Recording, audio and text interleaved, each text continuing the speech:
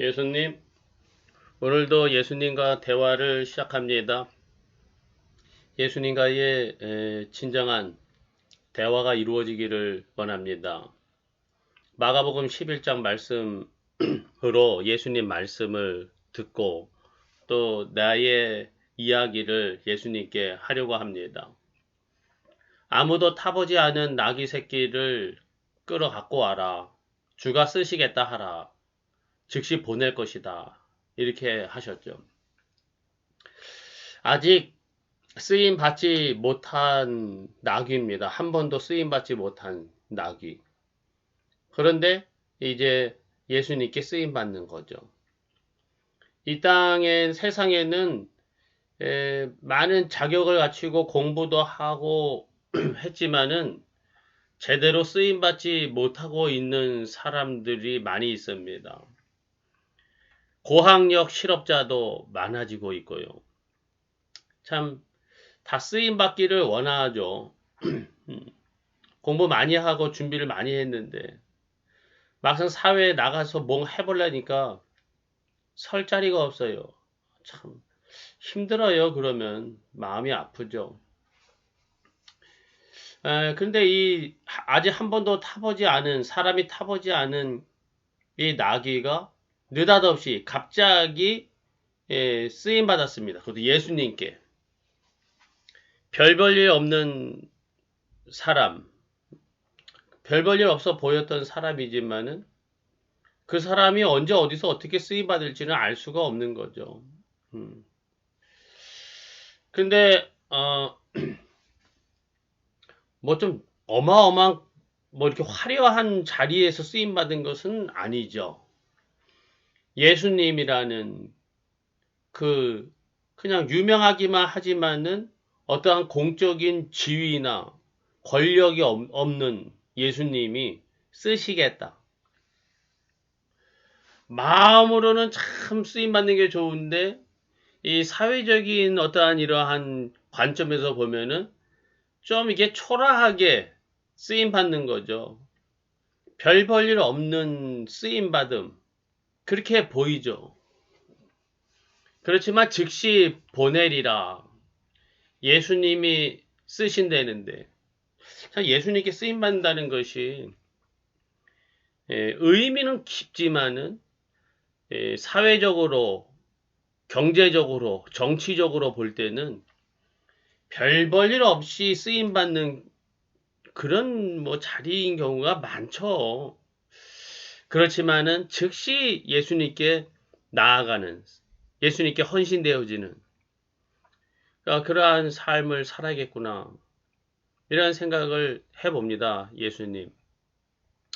저도 뭐 좀 별 볼 일 없이 살고 있습니다. 그렇지만 이거는 사회적으로 뭐 볼 때 그런 거고, 그런 사회적인 시각에, 사회적인 어떠한 평가, 기준에 너무 신경 쓸 건 아닌데, 그래도 항상 그런 마음이 쓰입니다. 예. 그리고 항상 이렇게 좀 섭섭한 마음이 있습니다. 예수님. 호산나 찬송하리로다. 사람들이 예수님이 예루살렘 성에 들어오시는데 호산나 찬송하리로다 하고 환영하고 박수치고 하는 영광 돌리고 그렇게 했습니다. 이 얼떨결에 나귀도 환영받으면서 들어온 거죠. 그렇지만은 나귀 자신이 환영받은 것은 아닙니다. 나귀가 영광 받은 것도 아닙니다. 그러나 영광 받으시는 예수님을 모시고 있는 거죠. 참 그런 것 같아요. 나귀는 볼품없는 짐승이라서 스스로 영광을 가로챌 수도 없고 누가 나귀한테 영광 돌리도 않았죠. 이게 진실입니다. 내가 예수님의 일을 하고 예수님의 이름으로 사역을 하고 예수님의 은혜와 복을 받고 예수님의 놀라운 권능에 이러한 쓰임을 받을 때에 예수님이 영광을 받고 사람들이 예수님께 영광을 돌리는데 그것을 사람인 사역자가, 복받은 사람이 예수님의 영광을 가로챈다 그러면은 이거는 망할 짓이죠.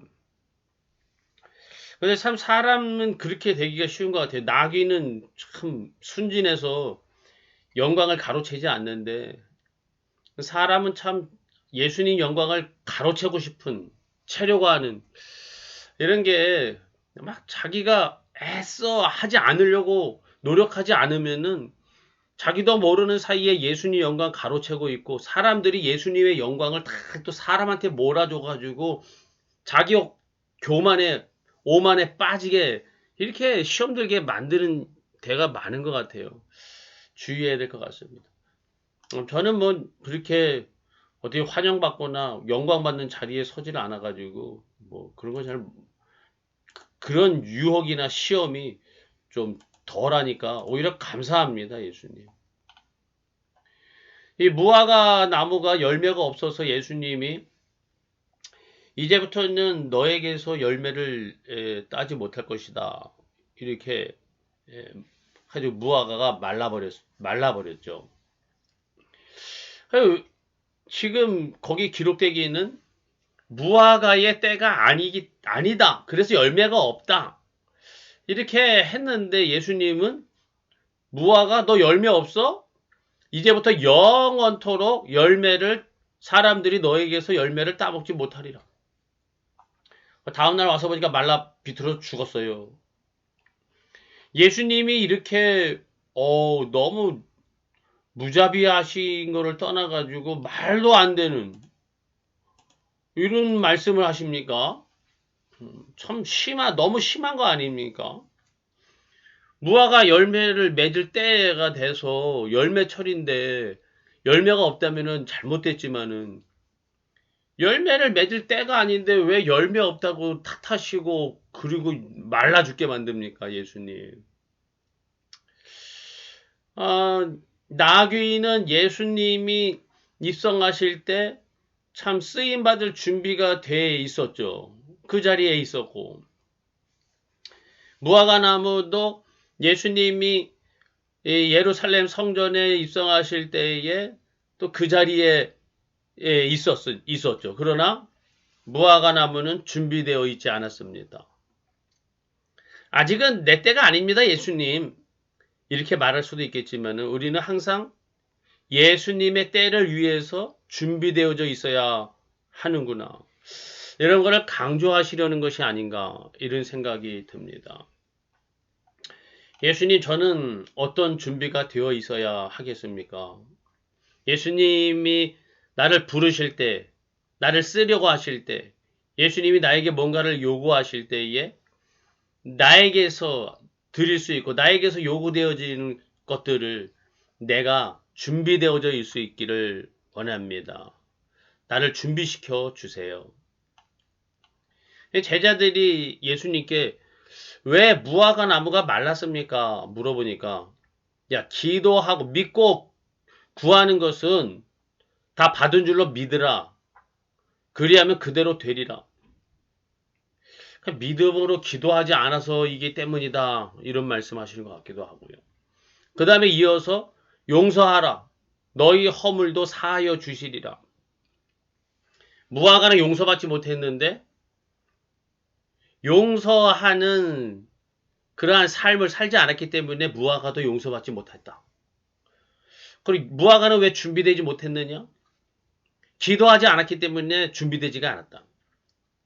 그런 뉘앙스를 많이 풍기는 것 같아요. 예수님에게 쓰임받기 위해서 예수님의 때에 예수님께 쓰임받기 위해서 나를 준비시켜 주세요. 이런 기도가 필요한 것 같고요. 나만 잘났다 하기보다는 나와 다른 사람들, 나를 화나게 하는 사람들, 잘못하는 사람들을 용서하고 용납하는 이러한 삶의 태도가 필요하구나. 근데 성전에서는 이 장사꾼들이 장사하고 있어가지고 예수님이 내쫓으시면서 성전은 만민의 기도하는 집이다. 이 성전에서 주로 이 권세를 부리고 경제적인 이득을 얻는 사람들은 자기 욕심을 따라서 살고 내 편, 나에게 유익이 되는 사람들만 끼리끼리 모이고 나와 맞지 않는 사람들을 밀쳐버리고 용서하지 않고 용납하지 않고 하는 이러한 태도를 보였죠. 그러니까 용납하고 용서하고 진정으로 기도하는 이러한 삶이 있어야 되는데 성전도 그것이 없었고 무화과도 그것이 없었다 하는 것을 보여주시는 것 같습니다. 나는 무엇을 위해서 기도해야 되는가? 예수님께 쓰임받기를 위해서 기도하고 나와 다른 사람들을 용서하고 용납하며 예수님의 마음으로 항상 준비되어져 있는 그러한 예수님의 일꾼이 되게 해주세요. 나의 예수님.